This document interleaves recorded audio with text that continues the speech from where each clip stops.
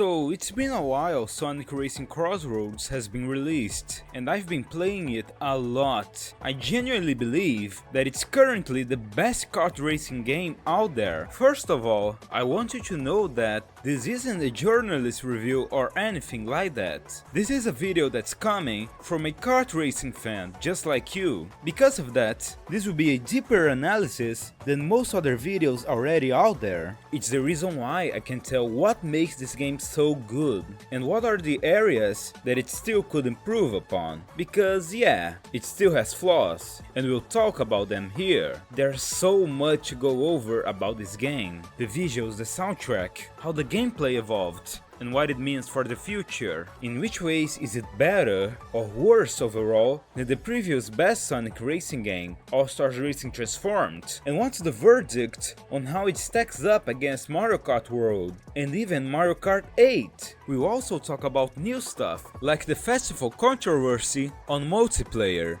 and the new Minecraft content that just released. I'm Mr. Fascinating, and this is the ultimate review of Sonic Racing Crossroads. The Sonic racing games were always my favorite spin-offs in the franchise. I've always known their potential. Transformed was, and still is, insanely good. It was such a disappointment to wait for 7 years for a sequel, only to get Teen Sonic Racing, a game that isn't bad, but just felt like a straight downgrade. I kinda gave up hope on Sonic getting more great racing games after that. I'm glad Crossroads arrived and proved me wrong. Let's go straight into the good stuff. The most important thing to analyze, the soundtrack for this game is absolutely bonkers. As a Sonic fan, the music put a huge grin on my face. It's fantastic. Let's start talking about the main theme. I'll be honest with you, when I first heard it before release, I completely despised it. I instantly rejected the lyrics because they were too corny. And I wasn't wrong, because not even Sonic Heroes had songs as corny as these. Like, with a stroke of luck you might become a monster truck. Like, that's still so funny for me. But actually, that's what makes it kinda awesome. I've listened to it enough times to the point I lost all sense of adult cynicism about it, and now enjoy the song wholeheartedly. I think the same thing happened to a lot of you guys. I genuinely believe now that in like 10 years, everyone will be nostalgic for it, especially the kids that grow up with it. Lucky ones. I had to grow up with Sonic Lost World and Sonic Boom. It helps that many other tracks in the OST have the melodies of the main theme as a leitmotif. Basically every menu has a version of the main theme, and it makes the game feel so grandiose. That's such a cool touch that seems like the level of care you'd see on a mainline game, like Adventure 2 or Unleashed, which reminds me of the themes during the gameplay itself. They are high energy remixes and genius new tracks that perfectly match the laps. Every race is accompanied by an absolute banger that makes you simply want to drive faster. I want to emphasize a small detail that blew my mind while playing. When you're approaching the Crossroads ring to go to the next lap, just before you enter it, you can hear the music start transitioning into the theme of the next lap.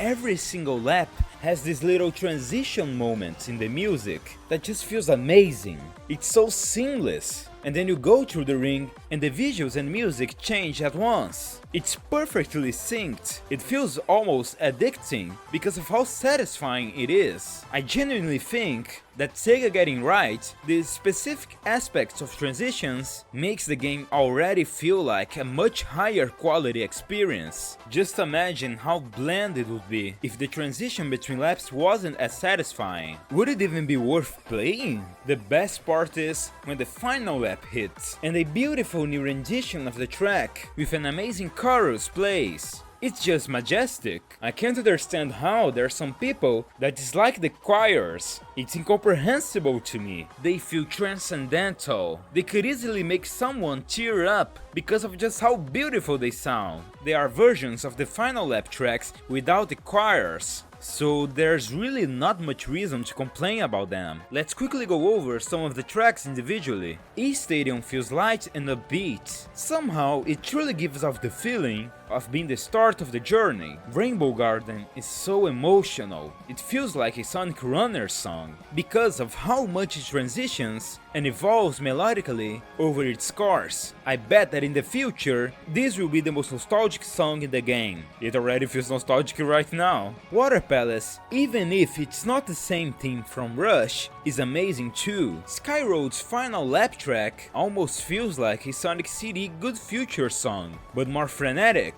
And you probably remember how good those are. Yeah, even the Crossroads tracks have final lap variations in this game.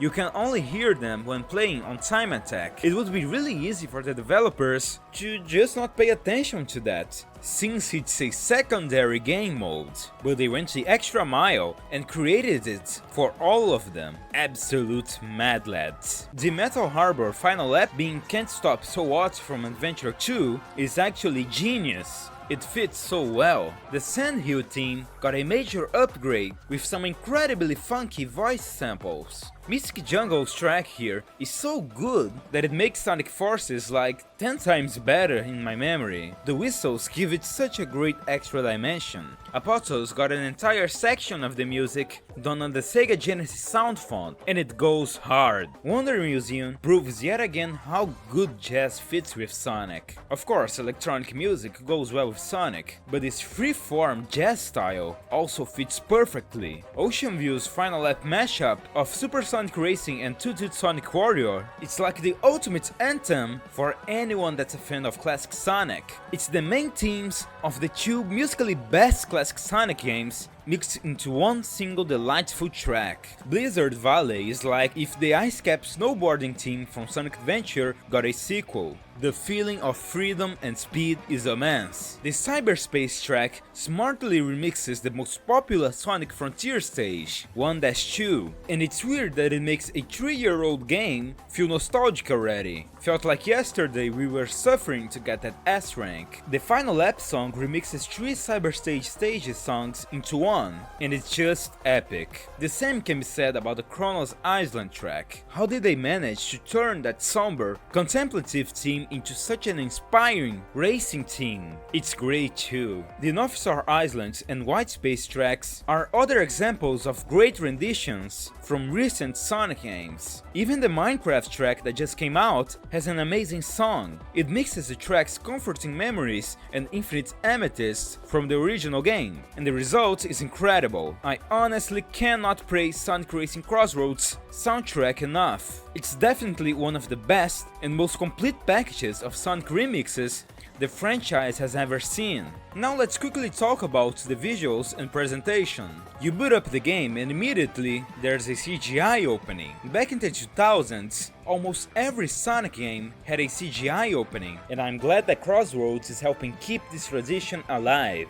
The opening is insanely high quality, and it's so fun to watch because we see how all those characters are competing and reacting to each other during the race. Even if it's still not the game itself, it sets a good first impression, and I wish Sonic Frontiers had a CGI opening too. The art direction of Crossroads leans heavily on Sonic's modern era. It feels coherent with the recent Frontiers and Shadow generations. There's a consistent neon arcade aesthetic, complete with a cheesy announcer and bright UI elements. Each circuit is bursting with detail. There are a lot of billboards in the background, with all kinds of references. Thanks to the Crossroads mechanic, more on that later, the scenery can change dramatically mid-race, keeping things visually fresh. I was genuinely impressed the first time I experienced it. The transitions are seamless and come with fun visual flourishes, swirling vortex effects, a brief light, and suddenly you're in a whole new world without a loading screen. It's very impressive and I have no idea how they pulled it off, especially on the Switch 1, which doesn't have a SSD or anything like that. Particle effects like sparks when you boost, dynamic weather changes, and flying debris add excitement, though for some people, all the effects may make the screen just a bit busy to read, if I'm being honest. Unfortunately, on the Switch 1, where I played the game's capped at 30 FPS, which isn't the greatest for such a frenetic racing game. The base Switch also struggles with some big texture and resolution downgrades, making things look very muddy, especially in handheld mode. On the bright side, I didn't encounter any crashes or game-breaking bugs. I honestly don't remember any bugs at all, so it shows the game is actually very polished. Races run smoothly without stutters on Switch, just at that reduced fidelity. The Switch 2 version promises 60 FPS and faster loads, and I really don't understand why they didn't already release it at launch. It gives off the feeling that they will try to make you pay separately for it later on, like what happened with Shadow Generations. Of course, we still can't be sure about that, just keep that in mind if you're a Switch 2 owner. If Switch 1 is your only option, know that it's playable and very fun all the same. Now, flashy visuals and music are great, but how does Crossroads actually play? In short, surprisingly deep and tremendously fun once you get the hang of it. The moment-to-moment driving in Crossroads feels tight and rewarding after an initial adjustment period. If you go back and play Sonic's previous racing games again, like Transformed or Team Sonic Racing, you might notice they felt just a little bit heavier on the handling.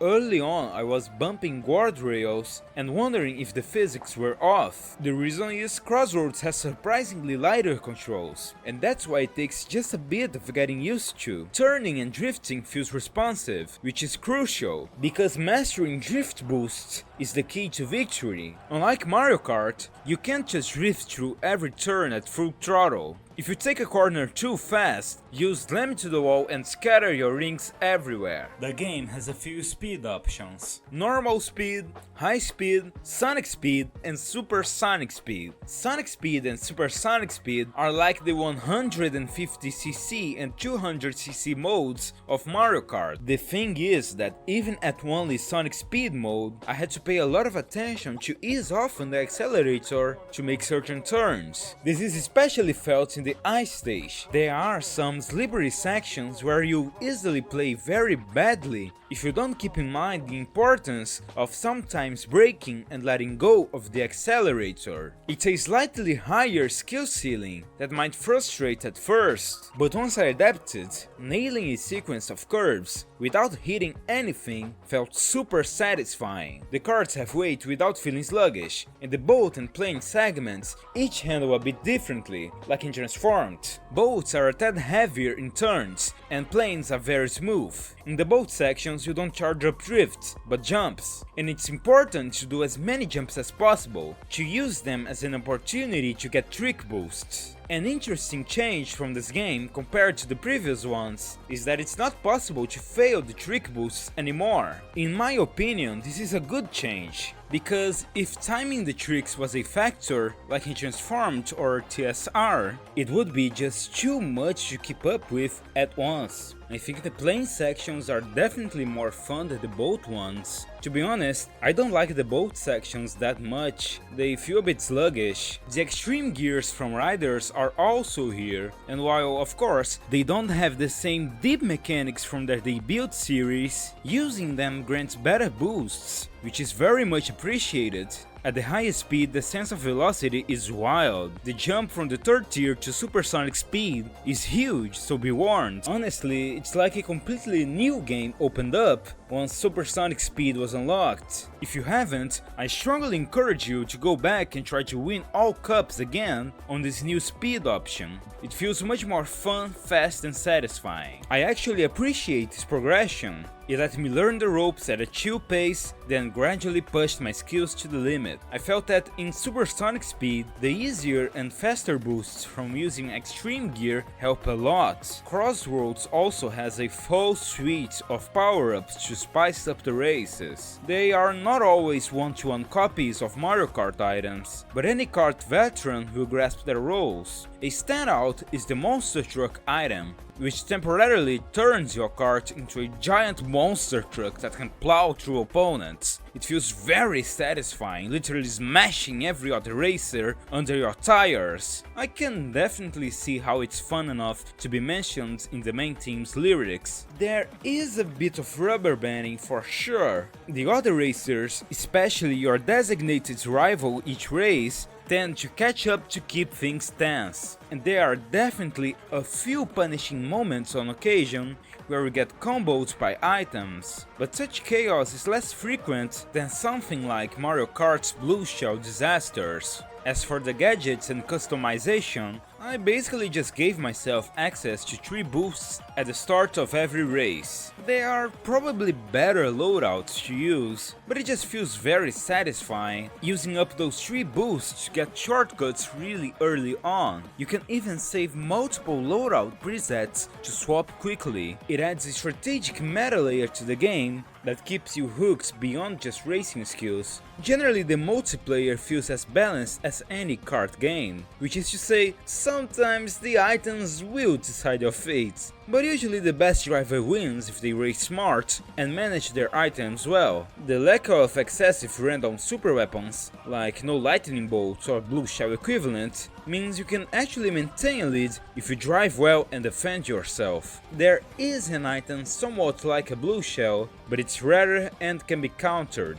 Crossroads seems to tread very well the balance between casual fun and a bit more competitive depth. If you want to hand a controller to your kid or a friend who's not a big gamer and set it to a lower speed, they'll still have a blast drifting and seeing Sonic and friends zoom around. The core gameplay is easy enough to pick up. On the flip side, for the more hardcore kart racers out there, the skill ceiling is higher than usual. Learning the optimal drifts, the best gadget combos, and track-specific shortcuts can give you a real edge. Having talked about the gameplay, let's dive deeper into the content itself. The courses in Crossroads are easily among the best in any kart racer I've played.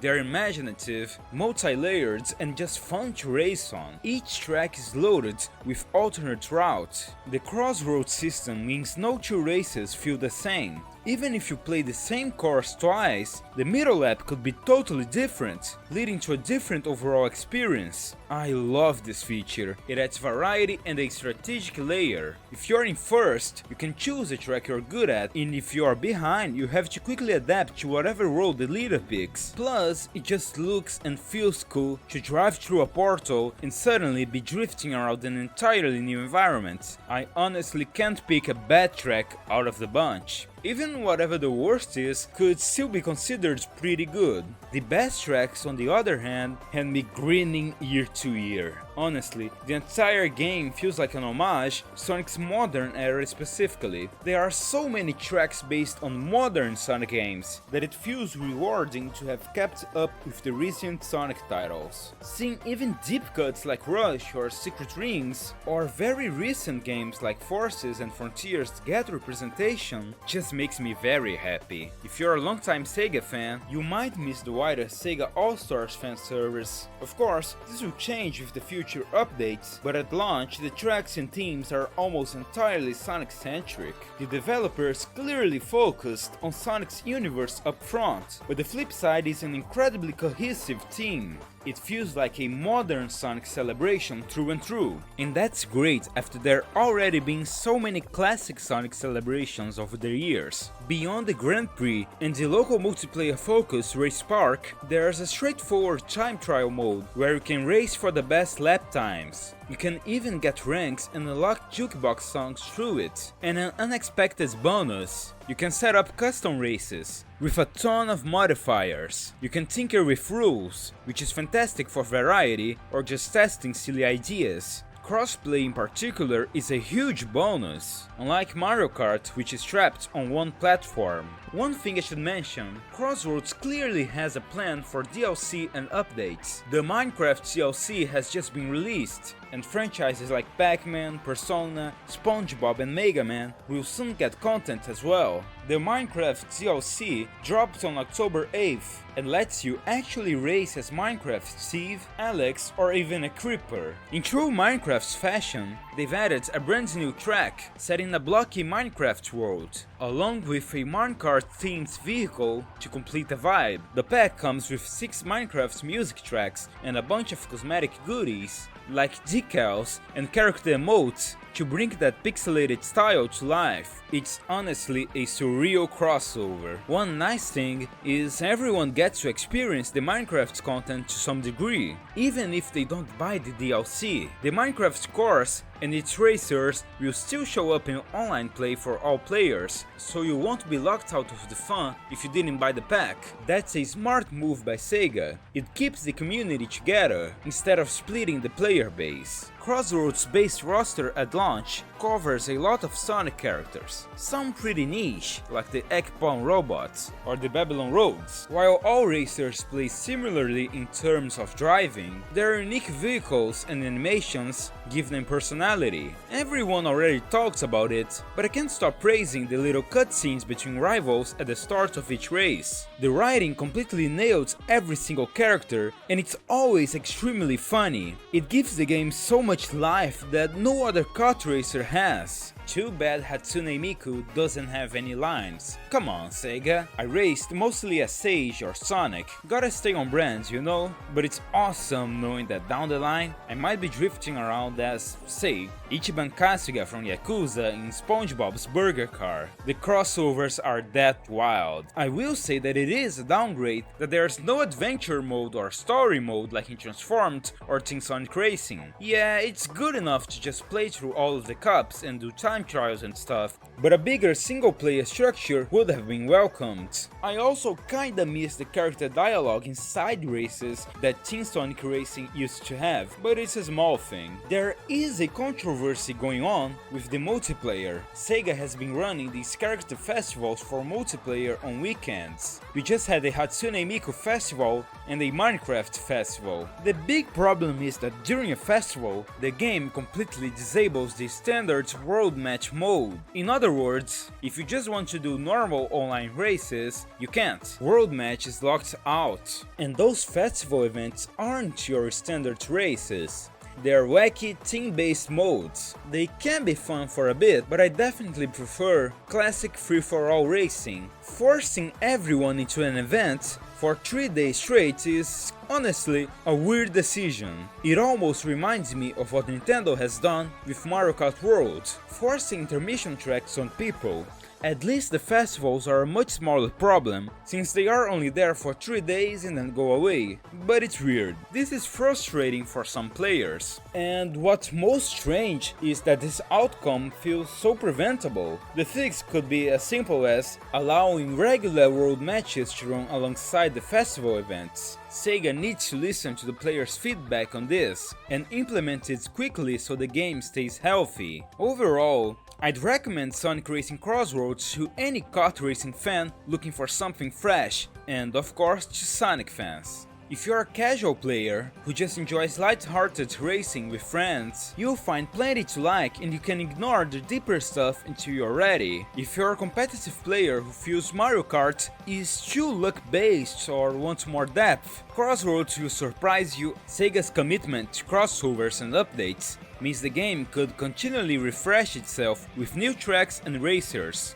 If they deliver meaningful free updates alongside any paid DLC, the community will stick around. It's one of those games that could explode in popularity over the years, if it gets price drops over time and the word of mouth stays strong. I definitely see myself returning to Crossroads regularly, whether it's to check out the latest DLC or just to have something to play while listening to videos or audiobooks. All in all, Crossroads stands proudly as perhaps the best kart racer you can play currently. easily rivaling Mario Kart Worlds and even 8, especially in a few areas that matter to me, like challenge and creativity. I can confidently say Sega nailed it here, and it's a great sign for the future of the Sonic franchise. And even Sonic's racing series specifically. Maybe it won't take another 7 or 6 years before we get a sequel, unless they really plan to do DLC for years, which is possible. If you enjoyed this in-depth review, click the video that's appearing on screen right now